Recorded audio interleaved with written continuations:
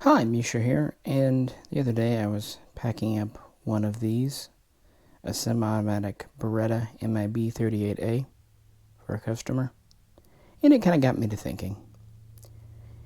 I've had a lot of these semi-automatic, I like to kind of think of them as conversions or rebuilds, using original parts kits, and the majority that I own have been done by MK gun mods.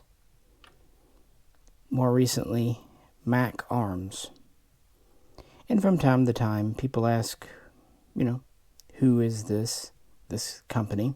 How do I contact them? And questions about the guns, the builds, what have you.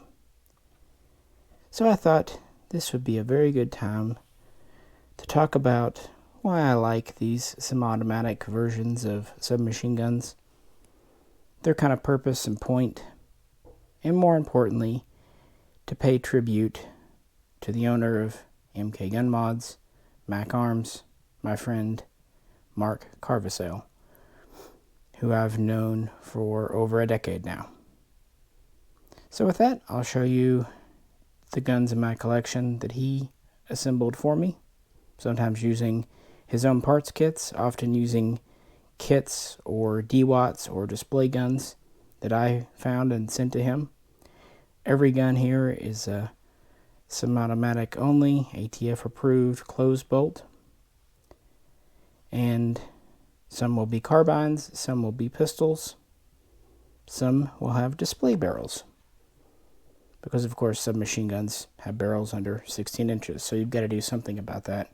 And I'm reluctant to SBR these because, well, I tend to SBR guns for different reasons. These are just more for fun, collectability, and just to have something unique to talk about. But yeah, the Italian gun here, I've had this one for a few years, but it was quite a long time before Mark built me one of these. We'll talk about how and why. But let's go back to how we met and the guns we first met each other over, and I first purchased from his company. Well, Mark first established MK Gun Mods with his partner Greg Clark, who would later actually go on to do gun builds, a separate company when they parted ways years later. Anyway, they began in Alabama in 2008. And it was basically converting parts kits over to some automatic guns. In the beginning, they would do some locked breech guns, like, say, the Brin or the DP-28. But it was actually the Sten here that caused me to bump into Mark around 2010.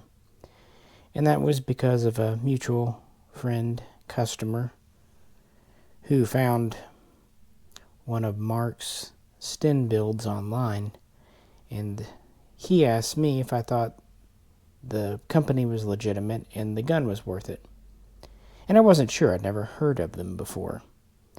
So I just talked with Mark on the phone for a good while, and he seemed to know his stuff, and we seemed to be on the same page as to what we like doing and how to do builds and pricing.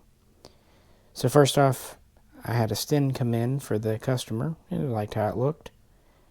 And from there, I decided to have one of my own. Now, I already had one of the old Catco Sten 2s, but I was not terribly happy with it. It wasn't all that reliable, but the main thing was it used a reduced diameter tube. Externally, the diameter was the same as a regular Sten, but it was reduced inside so that a full auto bolt could not go in. This also had the effect of making the tube really damn heavy. And with the Catcos, the bolt was not an original part. The tube wasn't original. Many other things were not. Essentially on the Catcos, your original parts were part of your lower frame, your buttstock, and your barrel shroud. But when I got the gun in for the customer for Mark, I noticed what he did is he used an original spec tube, internal and external diameter, and went with the blocking bar method to keep a full auto bolt out instead. This is like what IMI used on the Uzi and Sterling used on the Mark VI carbine in the 80s. And he used an original, as you can see here on this one, bolt, simply modified with the striker system. I like that a lot better. Another thing he did, he took the original selector, which was in the military gun, single shot or full auto, and made it into the safety. See? And finally, he integrated the J-hook for the bolt, something the Catco absolutely didn't have at all. So overall, just more authentic. So I had him build me a few for the store and kept for myself. The Mark II up here with the earlier skeleton or loop stock. The Mark V, which I tend to get a lot of people liking. And I believe I supplied this kit because it came from Apex.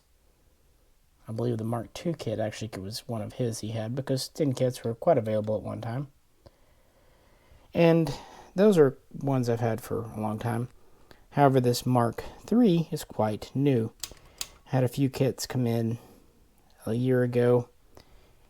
And what's kind of neat about this one, it was built with much of the original receiver. The whole front end here was from a saw cut kit. You can see a little bit of welding here.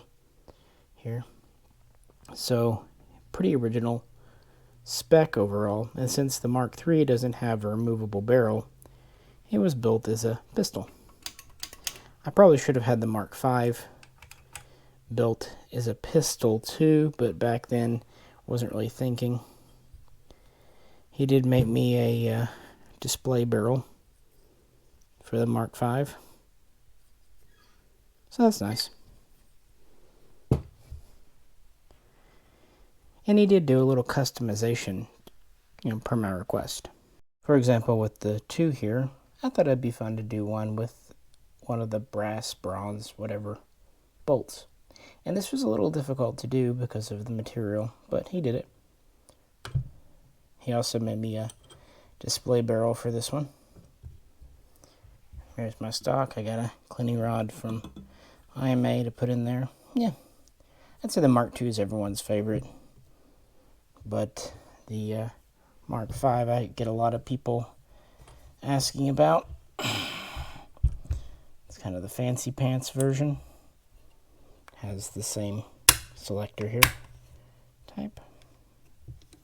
This is the one we joked has a stock made out of an old schiffer robe. So these 2 I've had for well over a decade. This one I've had for about a year. But I did have a Mark III he built me earlier as a carbine, but when this kit came in, I just couldn't resist it. But what I like about his style is that he uses as many original parts as come with the kit and that are as legal under the law.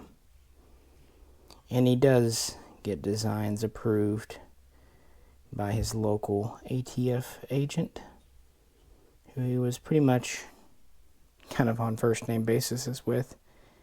They were pretty easygoing because they knew he was just making simple one-off guns for collectors, reenactors, that kind of thing. And they were just really because no one else was mass producing semi-automatic Stens. It's kind of weird. Valkyrie made some, and like I said, Catco did, but considering how many Sten kits have been in the country, you'd think someone like Century Arms would have maybe ordered some. Wise Light said they were going to do a Mark III S clone years ago, but they never did. So I kind of like these because they're custom, and I can send him a kit. And he's willing to think outside of the box or entertain custom configurations as long as they're within the law.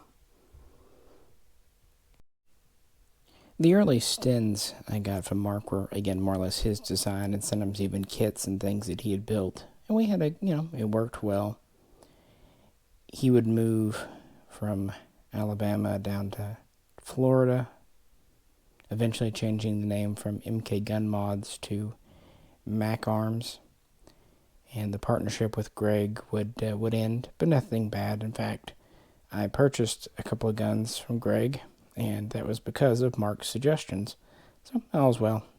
They were both basically doing it as a retirement job anywho.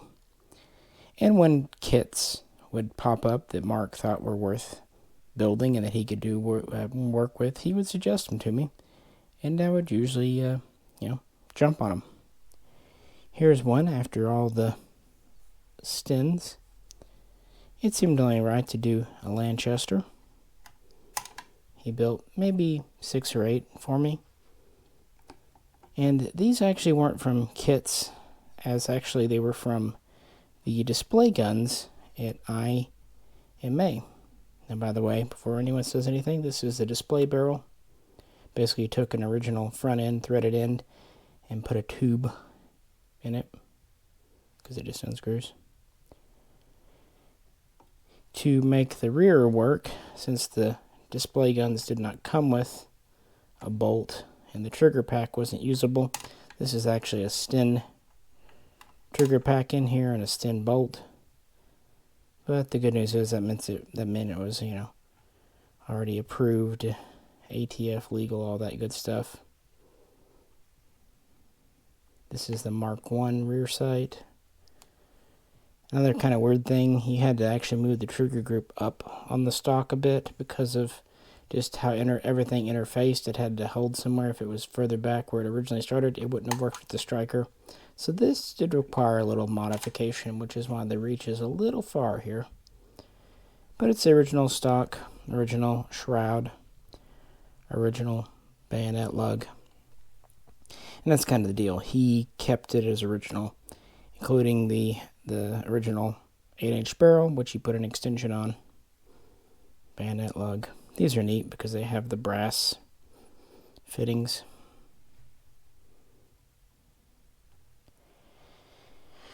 Another one we did quite a few of were the Swedish K, the Carl Gustaf M-45s, because these kits, believe it or not, once were very common and affordable. Although once they dried up finally, boy did they go crazy. It actually uses a very similar barrel latch to a Sten, so you can go from a display barrel to a normal barrel very easily. And in the middle is one he actually taught me into doing. This is an Argentine Fmk3. These kits were very affordable. I just didn't see a kind of a point to them. It didn't really fit my collection. At this point in time, I was wanting subguns that fit into the collection, hence like British and Swedish. But the kits were in such good shape. They had original barrels. They had much of the original receiver tube.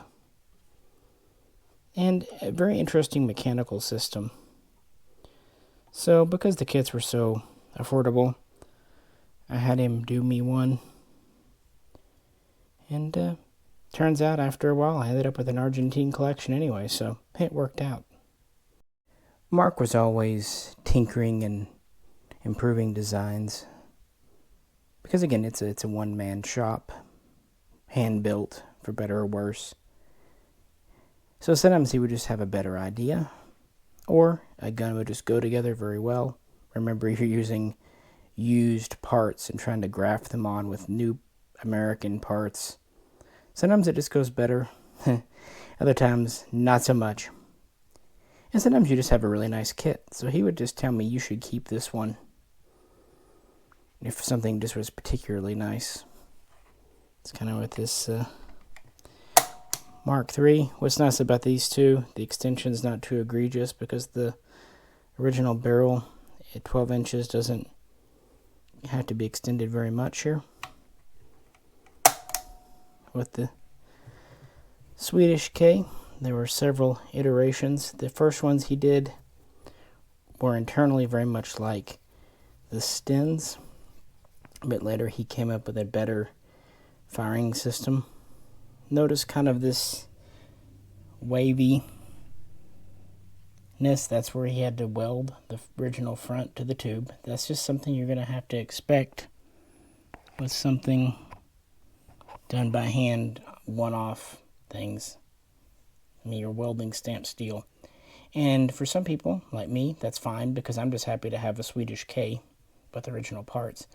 But for people that really need perfection and true factory authenticity, it's not going to make them happy. And that's just something to know, and something Mark's very aware of, and something when I sell these guns, I tell people, look, these are hand-built guns, so expect some leftover weld or some waviness or just, signs of being hand-built.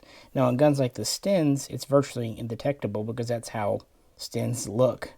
But on a gun like a Swedish K, which is built to pretty high standards, it might be a little more apparent.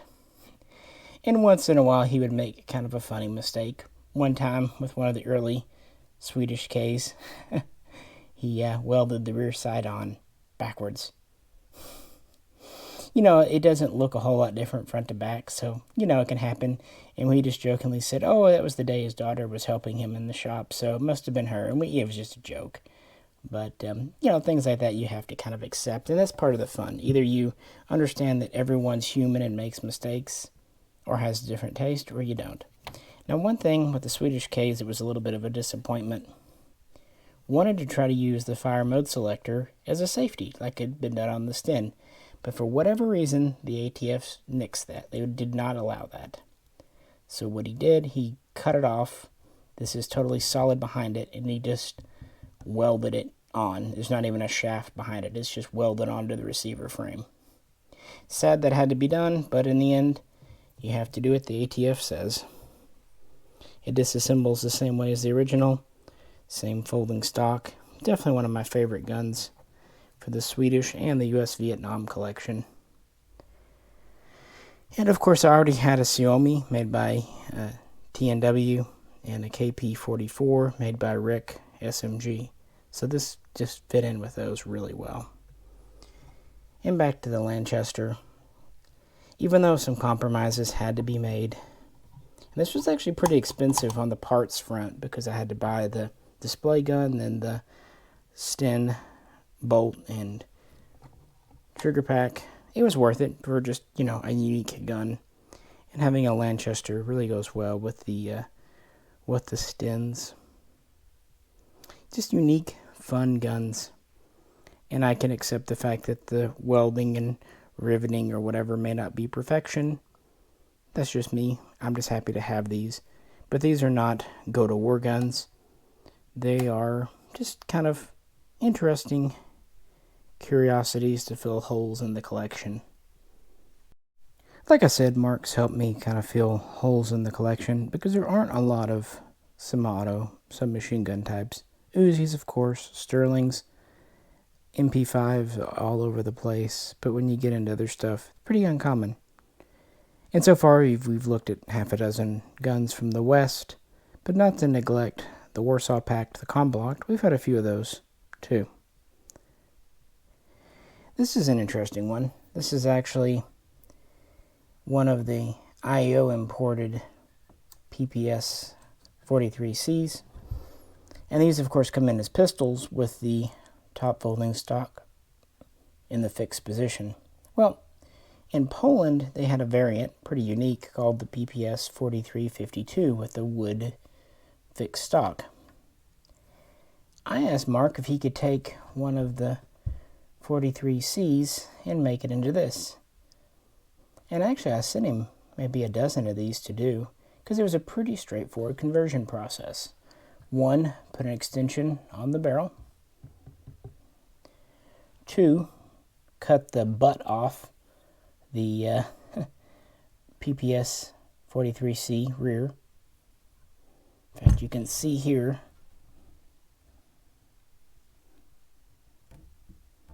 where he welded it. I think his welds are fine. I mean, there's a little bit of waviness, but again, stamped steel, guys. and replace the takedown button with the downward one, and then you just have your rear on. This was actually a really good project. We did this about 7 years ago, and of course these are as reliable or not as the 43C because nothing of that changed, but it's certainly more comfortable and unique with this stock. And he was very fair on his work pricing, and of course I provided the kits. I also provided this one, a recent one I showed you earlier this year. This came in as a display gun. This is a Yugoslavian M49 57, and this built up real well. This is not one of the newer Bowman kits. This is a much older one that had the original barrel and receiver. This is one he said I should probably keep. Still striker fired. I do have a PPSH 41, but it's not one that Mark built. I actually bought it from Military Gun Supply in late 2009. But he does do or has done PPSH 41s in the past too. And then there's this one. Another Yugoslavian Zastava gun. The M56. This has become rather infamous because this was when we really started experimenting. These kits came in through Apex, and for one, they were well used. They had the original barrel, but they'd seen action. And for another, the way the receiver's done, the length of it actually makes doing a semi-auto quite difficult. Remember I mentioned Greg Clark. I actually picked up one of these from him earlier, and it was an earlier kit, actually a very nice kit, and he made it a hammer fire gun, and it just, excuse me, a striker fired gun, and it just wasn't working. So I asked Mark to help me get it to run. He converted it over to be hammer fired.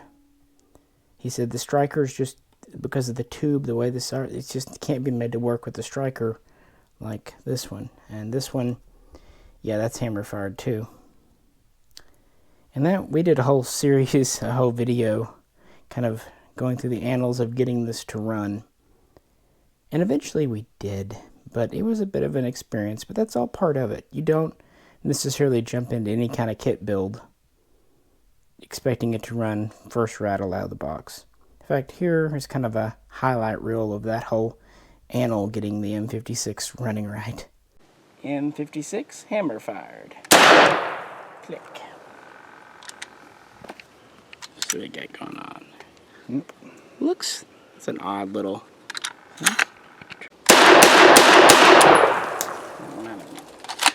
Nope. Fly around. Yep. Keep going. Good? Good.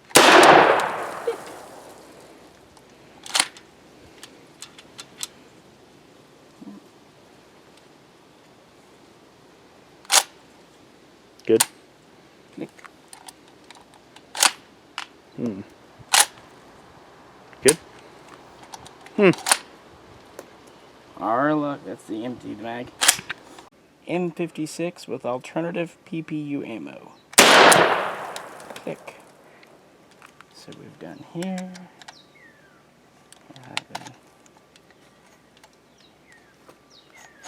It's feeding great. It's just not igniting. Any dimple in this one? Yep. So it's got a dimple. Yep. Very slight, but there. So that, I think, I need a better spring, but let's keep trying. You're good? Click. M56.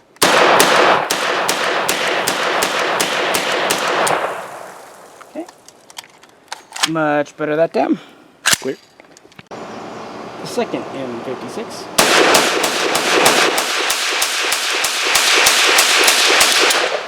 And that's how you do it. M56.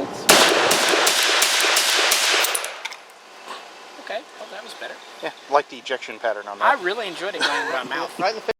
So after 2 or 3 attempts, design changes, got a reasonably effective hammer system for this gun. It's never going to be 100% because the design is just not well suited to going to a semi-automatic closed bolt. And a few of the barrels actually had to have their chambers kind of reamed out because they were just so open, frankly, worn. In fact, at least one of the kits, the barrel was absolutely so worn, it was not usable. You could almost just drop a bullet through it. So, what do you do? But that's just part of the fun. And I understand, much as I said earlier, about people maybe not accepting guns that are perfect in terms of fit and finish. Some people need a gun to be as close to 100% reliable as possible. For me, some guns need to be that way. My AKs, my ARs. But for guns like these, I just like the history. And I think doing a build like this preserves quite a bit of it. Your whole barrel, your whole front end's original, your whole lower's original, even your bolt's original, even if it's modified. This, of course, the stock is pinned closed because semi-auto. That, to me, since the majority of the gun is original Yugoslavian, I view it like I would a military surplus gun, not a new production gun. I should point out that even though these are built from 1940s or 50s or 60s kits, because they were remanufactured into semi-autos in the 21st century, unfortunately they do not qualify to be CNR. But I only say that now because that's a question I get asked a lot. And yeah, this one I wasn't really looking for, but again, the kit came my way, and it's always nice to have another Yugoslavian gun. This one I just wanted to have a nice PPS shooter. Actually, Jay had him do one for him too. They were quite affordable, all things considered. Of course, these are all in the 7.62 Tokarev. So, that's kind of the comm block guns. Moving forward, we definitely have some other interesting guns, basically one-offs that Mark has done for me over the years. And, just continue to be a lot of fun. In the last few years, Mark moved MAKARMS from Florida to Georgia. A couple of reasons. One, there was a nice piece of property he could have for a little bit of privacy and space, and for another to be closer to his family, namely daughter. But we still continue to do interesting guns. We're kind of back where we started here. I guess this is kind of the wood brigade. This is a Steyr Solitherm, an MP-34. This is, like I said, my Beretta 38A. And this is an interesting story. This is a Beretta 3842. A little different than the rest. I'll explain in a minute. But this Solitherm was actually a kit that Mark had. And originally, he sent it to me to sell for him. Said I built it. By this point, he's no longer selling online. Effectively, I ended up kind of being his distributor. He just would rather build than not deal with selling. And so he sent it to me to sell. But he said, if you want it, I'll cut you a good price. And at first, I hadn't really thought about getting a Solitherm MP-34. But what changed my mind, I've been trying to have at least one submachine gun from each of the major combatants in World War II. And as you know, I'm a Japanese collector. I would love to have a Type 100 display gun or dummy gun, a DeWalt, whatever. But that's likely not happening. However, the Japanese actually had quite a large number of MP-34s. There's even a Japanese training video, well, I should say an American video on Japanese guns, training them talking about the Japanese having these. So, next to a Type 100, this is probably the second most common Japanese submachine gun, so it kind of fills that role. It's based on the Bergman, just like the Lanchester, and since it was a Steyr product, it's kind of neat. So, decided to hang on to it. It's my Japanese subgun. The Beretta 38A. Originally, Mark suggested a few kits were around, and he said he'd build me a couple, and I, do whatever. And in the beginning, the way that these were built on all the forums, they would not use the original trigger group. They would just use an SKS hammer and trigger and all that. Common way of doing it.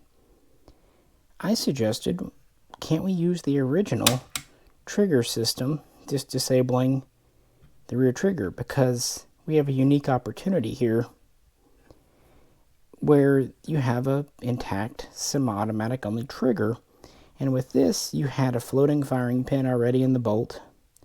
So all you really had to do is disable the rear trigger and work the bolt to be closed bolt, and of course slightly extend the barrel. Originally it was around 13 inches, so it needed a couple of inches added to it. This one does have the bayonet lug. Yeah, in fact, this is a re-weld from an original receiver that was chunked up and put back together. And originally Mark wasn't sure because the kits around at the time had all been vertically cut in several ways. So the trigger pack was in pieces. I found an old saw cut kit where they zipped it horizontally, meaning the lower section here was all in one piece. So I sent him that to study, and from that point he actually was able to make a semi-automatic trigger system that would work. And I'm just pointing this out because it shows that he was always willing and happy to learn new things, do new research, make a better mousetrap, as it were. And I think having the two triggers just instead of the SKS really brings this together, and that's why I've said in other videos it's one of my favorites, because it's just externally has to be altered so little, even internally and all of that much, to make it a semi-auto. And it runs well.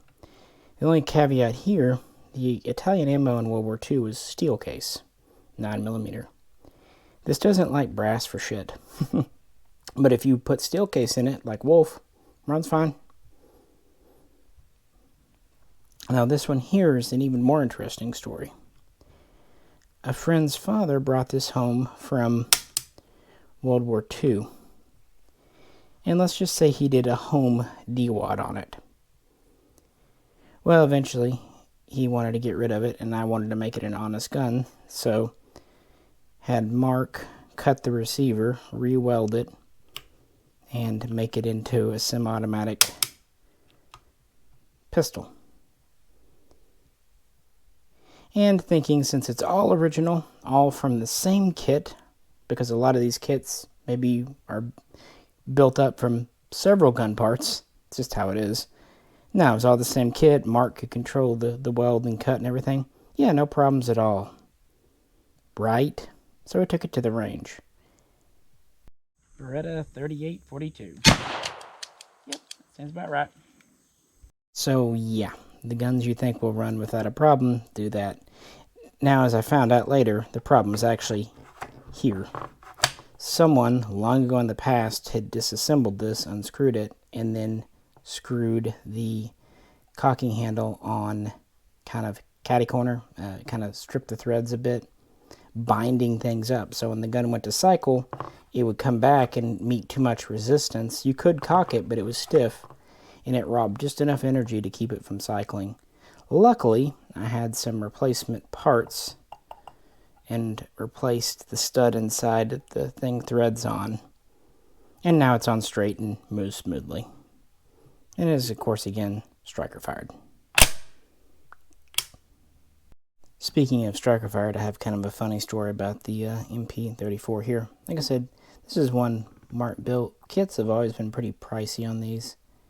And it is striker fired too, using the original recoil spring and kind of rat tail in the stock, just cutting the bolt in half. Well, when he sent it to me, and I first got it, I discovered something. If you have it cocked, and instead of pulling the trigger, open it up, it automatically goes off. And I told Mark about this, saying, hey, you might want to correct that. And he goes, I know it does that. I thought you were smarter than that, damn it. And I said, I am, but I'm just letting you know. And the reason I knew to check that, the early PPS-43 semi-auto builds that were done in America, they tried to do striker firing too, but because of how the PPS-43 comes apart, they had to go to the hammer system. So if he was actually going to produce this mass production, he would have gone to hammer 2 for safety's sake. But because it was for me, he, yeah, and that was always kind of fun. He always will speak his mind and always got a good laugh, and we'd always have a joke, and he was always a straight shooter with me. And if a kit wasn't going together right, giving him hell, oh, he would tell me about it. Trust me, he could be quite irascible. Oh, often I would hear about sending him kits, especially the receiver sections where they torch cut them, not saw cut them, how they were a pain in the ass to go back together. And he'd talk about how impossible it was. And the next thing I knew, he'd have a working gun, and I couldn't even hardly tell where he welded it. He wouldn't give up until he got it done. In fact, this one here is a good example. When I sent him the kit, the receiver was complete, but of course, per ATF rules, it has to be cut into 4 sections, 3 cuts. The front section where the barrel went, actually it was the barrel with the section on, was actually from a later 3842. And that's important because of how this works up here. The cocking handle is non-reciprocating. Now on this, it has a little dimple on the 42 that keeps it forward. But on this, there was a more fancy spring clip that went into a spring and cut out. You can see it here where it starts. But then this front section was missing the rest of it, so he had to kind of make something work. And I think he did a perfectly good job. Doesn't quite look original, but it's functional, does the job, and frankly only I would know. And I'm happy otherwise because it has the original Beretta markings, as does this one. You'll notice this one's kind of got a wavy texture. It's because with the later ones they went to a stamped receiver, rolled stamping. The early ones were machined, which does make rewelding them a lot easier. So it's been a lot of fun working with him, and I don't even mind sharing the frustrations and whatnot because it's a two-way street. If I have a suggestion, he'll try it, and if it works, great. If not, no problem there too. And with that, we'll come to the final set of guns. Probably the ones that are the most valuable and that get the most attention are certainly ones that I won't be in any hurry to sell any day soon. These 3 are the ones that I probably get the most people interested in, either offering to buy these or asking how they can have their own built for different reasons. Starting at the top, my 1928 A1 Thompson. Now, I had a couple of the Auto Ordnance Thompsons in the past, a West Hurley and one of the newer ones, and I gotta admit, I actually think the newer Kahar ones are better. But as heavy as the originals were, the new ones are actually even heavier. And then you get into the cocking. They have a ridiculously heavy cocking system and not a great trigger. And in many, many small ways, they're just not original. The shape of the furniture, the profile of the barrel, they're actually quite a good gun, but yeah. Driving myself a little crazy, trying to rework a Kahar gun to be original. Mark just said we'll just send him parts and he'll build one. So I picked up a kit. Now the thing about the kits, at least at that time, you had to make sure you had the nose, which was what they call the front end of the receiver here. A lot of times this would be missing. And luckily, IMA had saw-cut receivers at the time. But they didn't have the nose. They just started off here and were the last 3 sections. And they actually had a deal where you could buy a 3-pack, a 28 A1, an M1, and an M1A1. So that's what I did. I bought a 3-pack. I needed the 28A1, and I traded Mark the M1 and M1A1 for him to use on other projects. And since they were saw cut, and actually very thick milled receiver, yeah, putting them back together was pretty straightforward. Now, to help with a better trigger pull and everything else, he went with a hammer fire system in this gun, using a modified AR-15 group, as it were. And pretty much all the other parts are original. The bolt, it even still has the old felt wipers inside. The pistol grip, this one has the removable buttstock. It even has the trapdoor in it.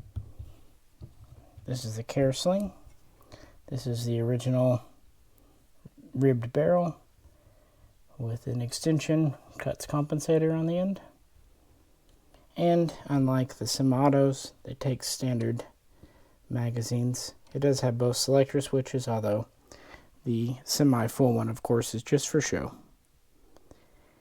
It's heavy, but it's not as heavy as the semi-autos. And again, pretty much every part in here is original, if somewhat modified, like the receiver. And yes, it will take drums. Yeah, the only thing he had to do is a semi-automatic trigger group. But yeah, it's a small price to pay. And it did take some time to get everything together. And even back then, Thompson kits were not cheap. When I had him do this one, it was probably the most money I had sunk into one of these projects. But I really just wanted an authentic Thompson without having to do, class 3 stuff. And the same thing goes for this. This is probably the one I get the most questions on, the MP40. And this we did long before those GSG MP40s came in. It's an all original barrel. The front section here is original.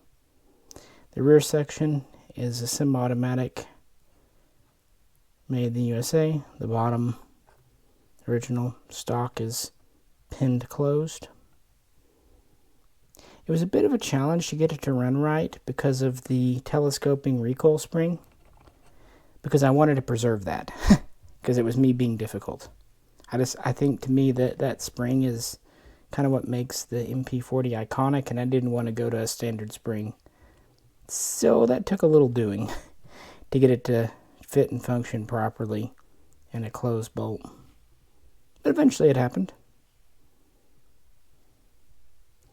But this was just expensive getting the kit, because MP40 kits have been and continue to be ridiculously expensive considering how many were made and everything else. But it let me add a German gun to the collection. And finally, of course, we have the semi-automatic MAT 49. And this was not actually one that I had Mark build.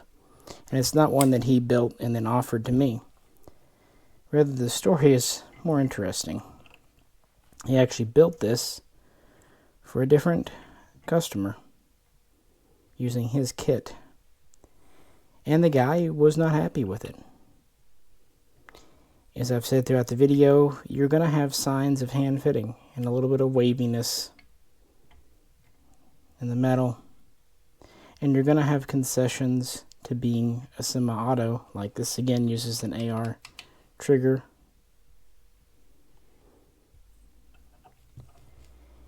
And the guy just wasn't happy with that. Because of how compact the MAT 49's receiver is, it had to be hammer fired. It could not be striker. That also meant the grip safety had no real good way to be workable. And with the closed bolt, there was no good way to have the dust cover be automatic. The spring will fit, but it kind of jinks with the design. And the guy complained about the color. The funny thing is, he's actually the one that sent this paint to Mark. But sometimes how paint looks on a screen and how it turns out when you really apply it, it could be a different story. Oh, another thing too, and This is after I already got it from him. Originally, the military gun doesn't have this bar up here and down here. It only has one. Now, this is tied directly to the bolt. When we first shot it, what was happening, this was tilting up or down and jamming things up. And Mark tried to tell him from the beginning, you need to have two guide rods or blocks, whatever you want to call these, to keep it running properly, to keep it in line as a closed bolt. But the guy didn't want to do that because he wanted it to look authentic. And I get that. I'm the same way. But sometimes you just have to have a concession to run properly. And so when I got it, it only had the one. And yeah, it would jam up. This would kind of go caterwaul, and what would happen, it would come back and it would pop up and catch in the rear part here. Kind of getting jammed between the frames. But with this guide here, it was kept on course and would work properly. And that's just one of those things you have to accept to run properly as a semi-auto. Unfortunate as it is, sometimes you just have to make concessions. Otherwise, you're not going to have a working gun at all. But I always wanted a MAT 49. For one thing, I like French guns. And I didn't have anything French submachine gun. But MAT 49 kits have always been, at least for the last 10, 15 years, difficult to find. And when they do come in, for example, Apex has had a few over the last couple of years, they are well worn. Well, this kit is actually quite nice. And like I said, Mark and I would talk about things, and we were probably talking about another project, and he was saying how this guy was just unhappy with the MAT 49, and he was taking it back and trying to make it work for the guy. And I said, you know, I'd love to have one. Maybe the guy would like to just sell it to me, take it off his hands. Won't be a headache for him. Mark knew I wouldn't give him a headache over it. I just was kind of half joking. I was like, yeah, right, the guy want it. Want to keep it. People complain a lot in the gun business, but they don't really mean it. And I didn't lowball him, but I offered him basically for the gun what the kit was worth. Saying, well, if he wants to take it off his hands, take it out of his hair, I'll pay this for it since it's, apparently so crappy. And Mark liked the idea. He's like, I'll tell him. I was like, yeah, right. But, I figured I'd just go for it. And believe it or not, the guy was actually very happy to take the offer. Are you sure you want this? Yeah, I'm sure. So he took my offer. I got the gun from his FFL. Instead of mailing it to Mark, he mailed it to me. And I really like it. It's a unique little gun. And finally gives me a French submachine gun. And again, I haven't seen a kit as nice as this in many a year.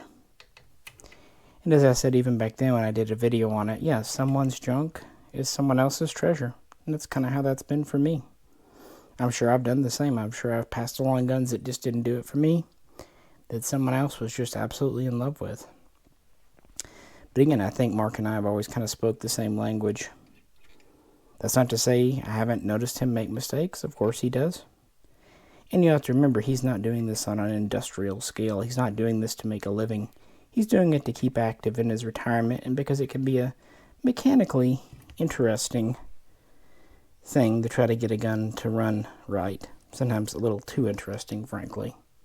So it really has been a privilege and very interesting to having dealt with him for over a decade and had all kinds of guns come through my hands that he's rebuilt into semi-autos.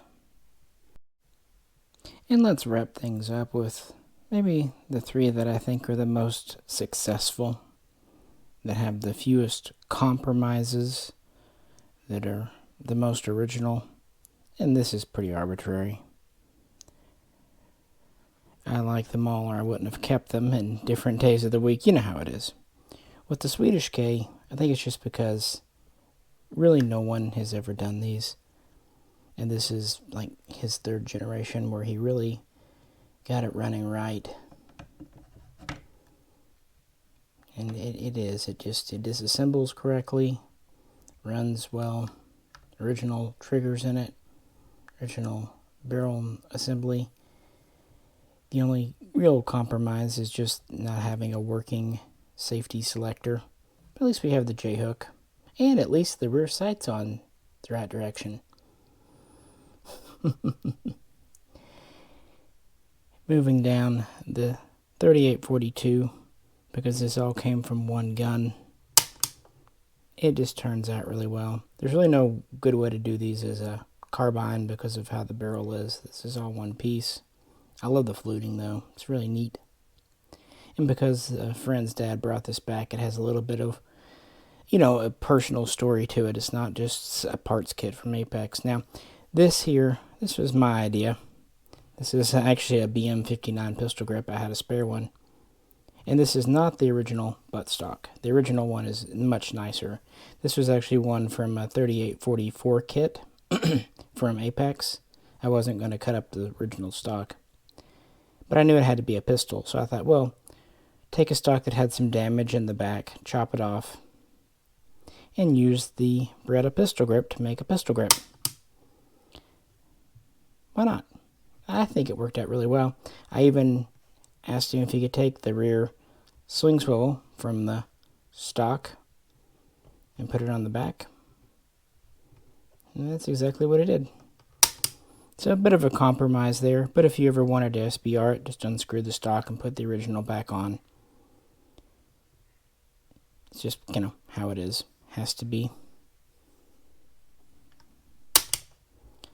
But that one's certainly special. I'd say overall it's definitely one of my favorites in general. The 38A was a favorite before and I still really like it, but this one may just slightly edge it out.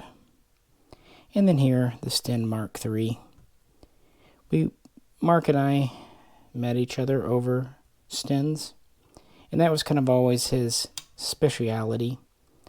Their kind of rough and ready construction works really well and gels really well with his kind of rough and ready at-home gunsmithing approach. By the way, just to be clear, he is an FFL 07. He was an FFL 07 with an SOT, but a year or two ago he retired his SOT, so now he doesn't do that. But because this was such a neat kit with an intact front end, original barrel, only the rear section is newly made, and it has all of his product improvements he's kind of learned about Stens over the years. The safety, the J-hook. He, of course, even has the rib on the top for the Mark III. And I've got even though the Mark III is kind of the underdog in the Sten family, and I understand why, I've always had a little bit of a sneaking appreciation of it. I love how the barrel just barely comes out, and how it's the most simple version of an already simple gun. And since this was just the most recent one he assembled for me, it may be the last Sten he does for me, so I definitely want to keep it. And these all turned out really well. And the point is just to have something fun, being able to handle these, keeping in mind that I can't see pictures or diagrams, so to really know what something looks like, I've got to be able to handle it. And, dummy guns, display guns are okay, but you don't get a feel for the movement of the bolt or the triggers or any of that stuff. And I'm not going to do Class 3, do all that stuff for several reasons. So this is the next best thing for me. So being able to handle these really has been able to allow me to know how a lot of guns look. For example, that MAT 49. And studying how they work. And honestly, making them into semi-autos while sticking as close to original as is practically possible is a little bit of a game, frankly. Fun little game to obey the law, but stretch it as far as you can without breaking it, if that makes sense. So with that, why am I doing this video now? Why did I think about doing it? This tribute to Mark Karvasale, MK, gun mods, later MAKARMS. Honestly, because it's coming to an end. 10 years ago, 20 years ago, parts kits were available and in really good shape and very inexpensive, and usually came with saw cut or nicely torch cut receivers and intact barrels. But that's all changed. In 2005, the government changed the regs about barrels, and in more recent years they've made them really slag out the receivers. And the kits that still manage to come in like these, well, the condition gets kind of iffy more and more every year. Even kits like these, at least the original 4352s, where they were in nice shape, there was no real receiver or barrel to talk about. And even when you find a kit, they're too expensive now. So without kits with usable barrels and receiver sections, it gets more expensive, time consuming, and just not worth it. For example, I sent Mark some of those PM63 kits when they came around, and that's one of the few times we never got it to work. Usually if I sent him a kit, he would build it. It might take him 2 weeks or 2 years, but he would get it done. But once in a while he hit a bump, like with that PM63, and then the PM63Cs came in from Poland through Pioneer Arms, and that kind of ended that. But it's just getting to the point where it's not tenable.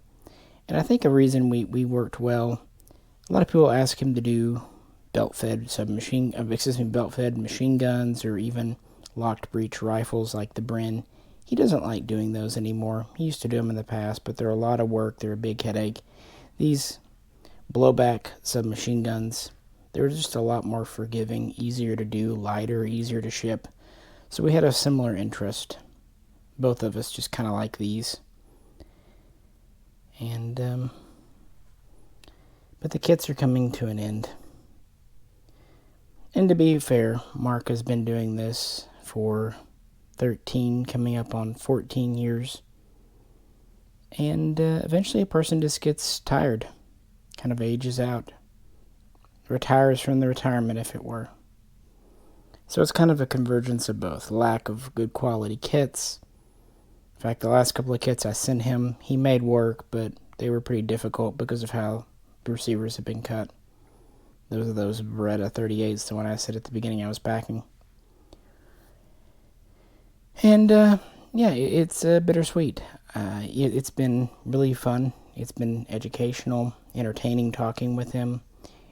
Professionally, the guns he's built for the store, several of these, many Stens over the years, several of these. He always is very fair on his pricing, and he always makes sure that I have room to make my own profit, and I am grateful and very appreciative of that. He's always been thoughtful of, my position. A lot of people you meet in this world, they just look out for number one, and he's not that kind of person. And yeah, I really am. I am aware and appreciative of that. So professionally, I've been able to make decent money, and also just have unique products for Ozark Bear Arms that really no one else has. That's the thing these days. Everything is kind of same, and he gave something different. And like I said, on a personal level, it's just been fun. I enjoy talking with him. He's always been easy to work with. He's never pressured payment. He's always been very understanding, and once we established a good business relationship, which, took a couple of years, there's just that level of trust and respect there that, you don't always get. And it's mutual. So, unless something drastically changes, a whole bunch of kits come in and he ends up with more time than he has now. Yeah, it's just one of those things. It's been very good, but it's kind of run its course. And I can't complain. It's been over a decade. And as I said earlier, he's already retired his SOT. And it wouldn't surprise me if he lets his FFL lapse here in a few more years, because he's been at it quite a long time. And I feel him. I'm tired too. It's running a business, doing yourself, trying to keep up. It is exhausting work. Rewarding, but exhausting.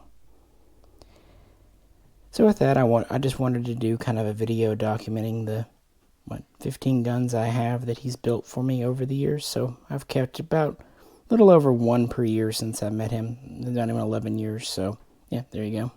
Of course, the early ones like the Stens were quite affordable because Stens were cheap back then.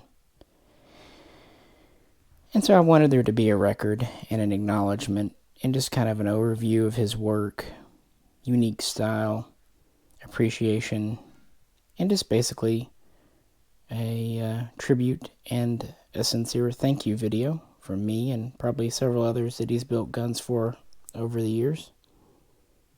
I just appreciated his honesty and integrity and kind of old-fashioned straight shootingness, if that makes sense. And they really are fun guns. They're not guns you're going to go to war with. They're not guns that you're going to defend your home with. But they're great to take to the range. They're great to hang on a wall, to be unique looking. And unlike a dummy gun or a display gun, they do go bang. Sometimes more than once. That's just how it goes.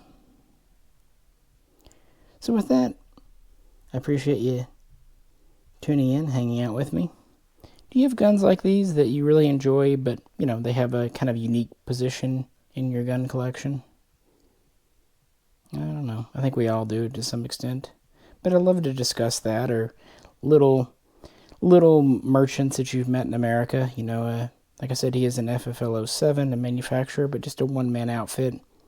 But it's those little one-man businesses, or at least at the most mom-and-pop businesses, that really were kind of at the heart of the U.S. when it got going.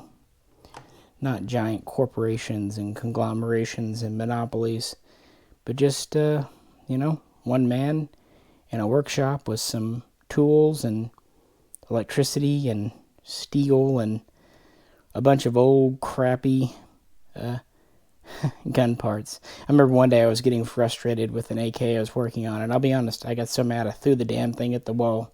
And I told Mark, I said later, I was like, I'm ashamed, but I did that. And he goes, oh, don't worry, I've done that all the time. And that's just it, just mutually sharing stories and similar experiences. It's nice, and that's kind of how I've made my business work over the years, is meeting other small FFLs, small manufacturers, and just trying to share and share alike.